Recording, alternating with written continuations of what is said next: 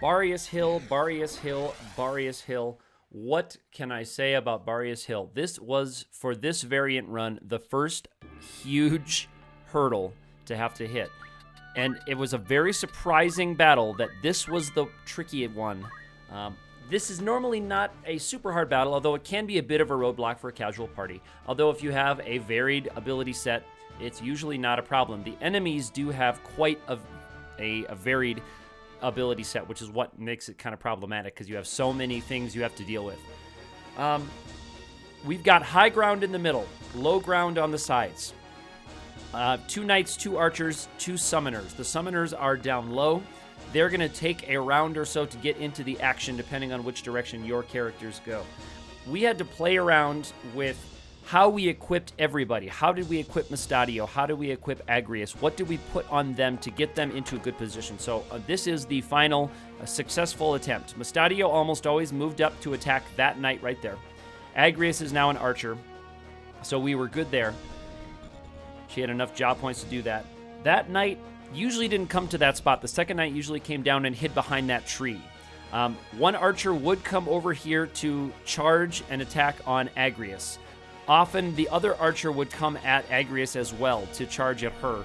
On this battle with the equipment setup that we had, there's just one target Agrius. The other knight would sometimes come up to Mustadio, sometimes would stay back, depending on what Mustadio had, the equipment set that he had. And we saw different amounts of success with that.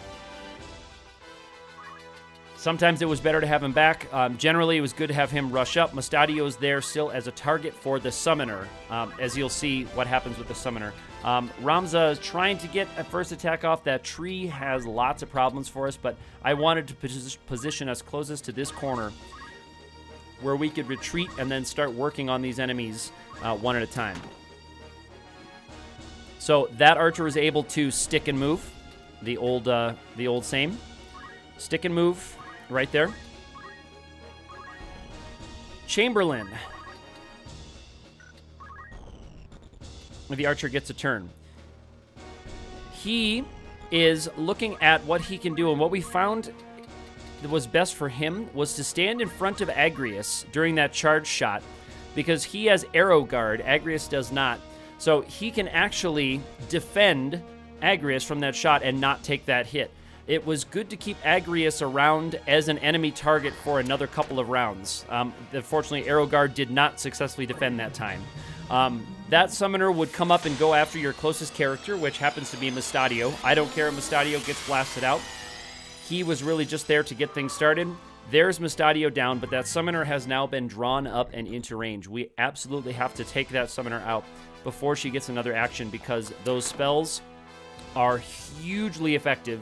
Depending on what she rolls, like her stats would be different in different battles. She could one-shot most of my characters with the summon that she could hit. So we really had to make sure that she did not get another spell off.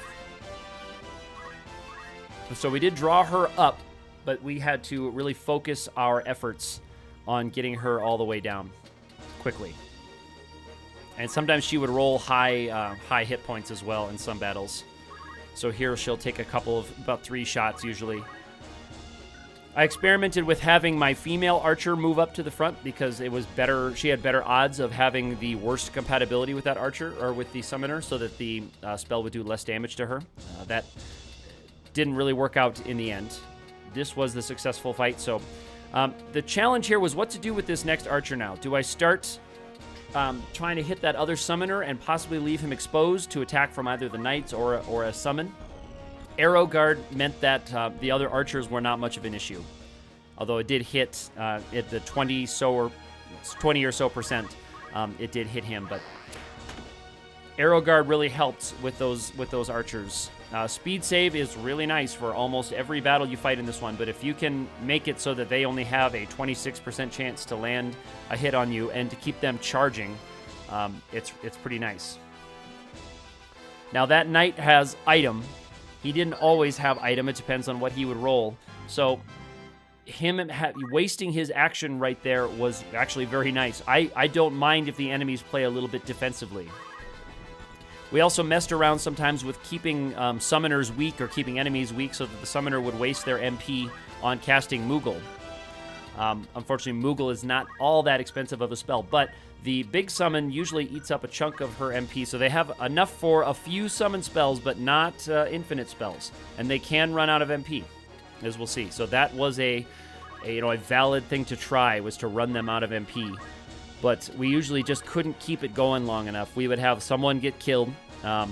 Usually just one of the archers at the front, either my female or one of my male archers, would get killed by a knight or a summon, and then we'd have a ticking clock, and we would not be able to do enough damage. The problem wasn't winning the fight. We could win the fight almost every time, but to try to do it without losing any units to the time countdown was the big challenge. I never had a problem getting all the enemies dead or near dead, at the end. We would just have crystallized characters. So this summoner, before she gets offensive, she has already used 8 MP on that Moogle right there to heal up her friend, the other summoner at the bottom. So that's good because she could have started going offensive. She could have had haste. Sometimes they would cast haste on themselves. Here's another Moogle that that summoner is using a turn on. Unfortunately, she's retreating to get out of range a little bit. But we are setting up a pretty good defensive position at the bottom there. The knights have a hard time working their way around to us. They will take a couple of turns to get all the way around. Here's one is up here with Ramza. Goes for the weapon break, and that was critical. The weapon break was a huge development in this fight. That never happened in any of my previous attempts. Now, I said in this game that I would, to the best of my ability, use bows and bow guns only as weapons, but I did give myself an out that if something happened during a battle that I could not control, I would allow myself to play the battle out with the archers, but I wouldn't abuse it by coming into battles without bows equipped. But you'll see what happens with Ramza and his damage when his bow has been destroyed. And I was very surprised by this. I just wanted to see what can we do here, and look at that damage printout. 54 with concentrate, which still works on a barehanded attack, so still 100% punching right in the face of a knight. 54 damage, which is more than my bows, even like charge plus 3, charge plus 4. It's because the barehanded damage without the monk's martial arts ability still takes your brave into effect, so the brave of Ramza is always quite high. So his attack power and his brave both allowed him to do very, very solid damage with a barehanded attack.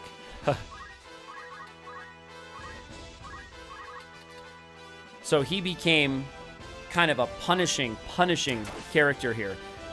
And he still had concentrate, so he would always hit, and he still had charge available to him, so he could charge up an attack. Now, that critical pushed the knight back, so the other charge missed, and that is a risk that you do take. When you do that. That's a risk that you take. So Agrius is still a target up there. And I don't care if she dies because she doesn't have a timer on herself as a guest.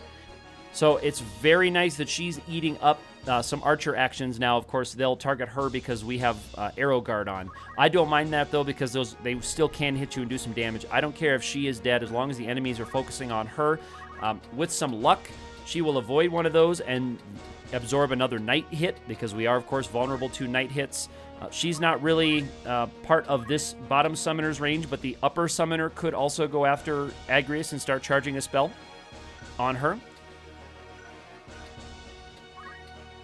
So there's lots going on and lots to think about here. But this is at this point in the battle, this is the farthest I had gotten without having somebody knocked down. And without the ability to use an item, I cannot reset a death clock, a death timer. But once the summoners are out of commission and we have everybody alive, we are actually in pretty good shape, because then we can position ourselves as we'd like to and not worry. We can put ourselves however we want to get our characters. Now, we do have a weak summoner down there, but she is going after the weak Agrius, burning up a turn, and, again, burning up a bunch of MP to kill Agrius, and that's fine. So she ate up a whole bunch of her MP pool on Agrius and also the Moogle from before. So her MP is going to be running low. We had a very nice dodge right there. This summoner right here is not going to go offensive. She has been doing nothing but defense all day long after going after Mustadio at the beginning. And I need to see if I can pop her from up here. I can indeed. And so she is not going to get a chance to cast that Moogle unless I can't take a parabolic shot. And again, it's just baffling to me at this point. I maybe need to read more. I'm not sure if this has been documented all that well, the specifics of this. But for some reason, when you have some elevation change, it wants to just take a direct shot, and it will not let you take a parabolic shot. It can't seem to control it, at least from where I sit here at my desk. I can't seem to control it. So the best I can do here is charge up a pot shot at the knight and let that Moogle go ahead and resolve, which will heal the knight and the summoner, and now she'll be on her way back probably to play defense again. Ramza is just a bruiser now. He's got 99 hit points. He's just going to start killing people off.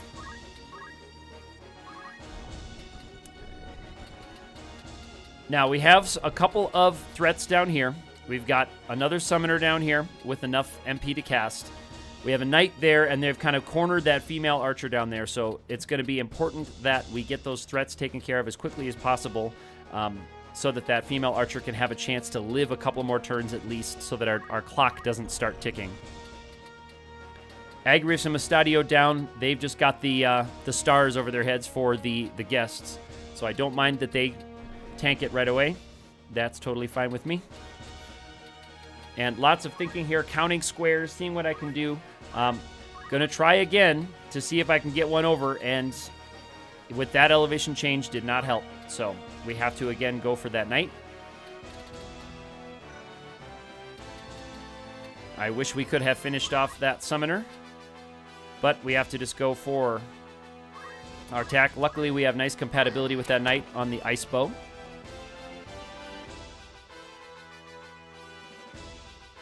And this archer's going to come up. He knows I have arrow guard, so he's just going to use dash, which will do some damage. So it's actually not a silly move for him to come up and use dash on me from basic skill. She has arrow guard, so she's going to dodge that one. He couldn't quite get to Ramza, I think was why he made that choice. So she's going to try to get out of here, but do the most harm that she can on her way out. Brave as she is, and I love it. So she's going to see, with a charge, can I get a hit in that will take out maybe that summoner on my way out of this corner of the battle? And sure enough, she can. So that's going to hit the knight. He's down. Her charge hits a summoner. Headshot in the back. Summoner down. The other summoner has 9 hit points, or 9 MP left, I should say. She cannot cast another offensive summon. She is out of MP. She can cast another Moogle if she needs to heal, but her offensive summons are gone. The knights are gone. The archers are mostly useless because of arrow guard. Things are finally looking up in this fight after a whole bunch of attempts, after picking up a couple of levels to get some characters a little more hit points, a little more offense, and a little more speed. We are on our way. We are on our way. And it was largely thanks to Ramza getting his weapon broken to do big damage with his fists on these guys. 66 with his fist on the summoner. That is the biggest hit that we are going to see in this fight. Our bows just cannot keep up with that amount of damage. So I will not use that as a cheese strat, especially in battles later where we have arrow guard infuriatingly on enemies. That's just going to keep her from casting that Moogle and healing everybody up. And now we've got 2 archers to work down. That one still has dash, so you got to be careful to stay away from the ledges because that could knock somebody off. Ramza taking a big hit from dash, which has a pretty wide, varying range of effectivity. She actually does get hit by that arrow, but she had full health down there. The knight hadn't done much to her because she dodged the knight attack. So she was pretty safe, actually, down there in her corner. And now the bowgun does not as we know, it's not modified by height, but bows are. So she's going to have a difficult time shooting up that hill. Her range is going to be greatly decreased shooting straight up that barrier there. So you can see she can't target that guy, even though she would be well in range. She's 1 height to up to 7, so that's going to take 3 off of her range. So 3 to 5 becomes, well, less than 3 you can't target. So it becomes 3 only, or 2, depending on that one. So, but he is, because it's 7.5 even, so she's, yeah. So she can't get him no matter what she tries to do until she can pop up here with her improved archer jump. So now she can pop him in the back, and she has nice damage there with that ice bow. It's always good when you can bump your weapons up a little bit. Another big pop from Ramza there. So 45 is good damage from the bow, but of course Ramza going 1.5 times that almost. And we are in the final stage of this battle. And at this point in time, as a player, I was just rejoicing. I was rejoicing.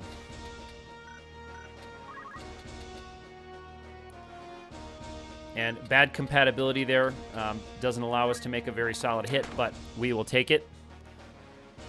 And now, concerns that we could have here is that Ramza is getting a little bit low on health. The dashes, if they continue to roll high, which luckily that one rolled lower than its middle target, lower than its median. Ramza could get down into critical range.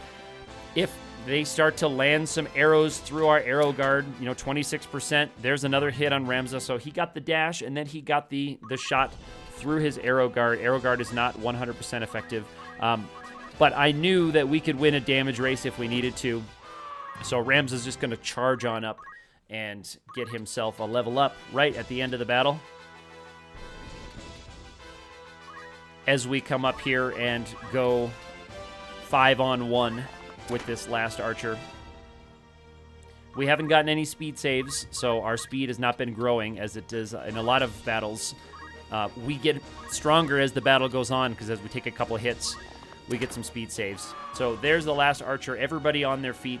I could have probably played this for crystals, but I did not want to keep this battle going any longer than I needed to. I'd spent maybe an hour on a bunch of other attempts on this, maybe more than an hour. So it feels good to beat Barius Hill, but we have more difficult battles upcoming.